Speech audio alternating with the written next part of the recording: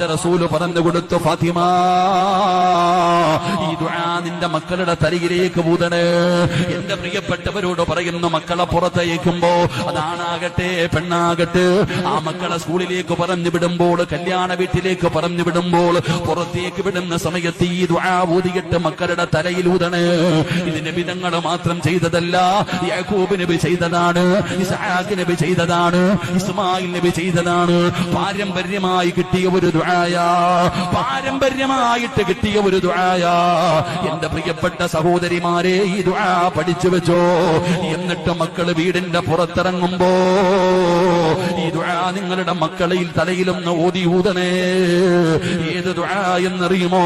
അഊദു ബികലിമാത്തില്ലാഹി തമ്മാത്തി മിൻ കുല്ലി ശൈത്താനിൻ വഹാമ്മ വമിൻ കുല്ലി ശൈത്താനിൻ ലാമ്മ.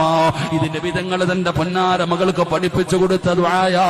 ഫാത്തിമ ബീവി ഹസനും ഹുസൈനും എന്ന് പറയുന്ന രണ്ട് മക്കളുണ്ടല്ലോ, ആ മക്കളെ പുറത്തു വിടുമ്പോ ഈ ദുആ ഊതിയിട്ട് അവരുടെ തലയിലേക്ക് മന്ത്രിക്കുമായിരുന്നു.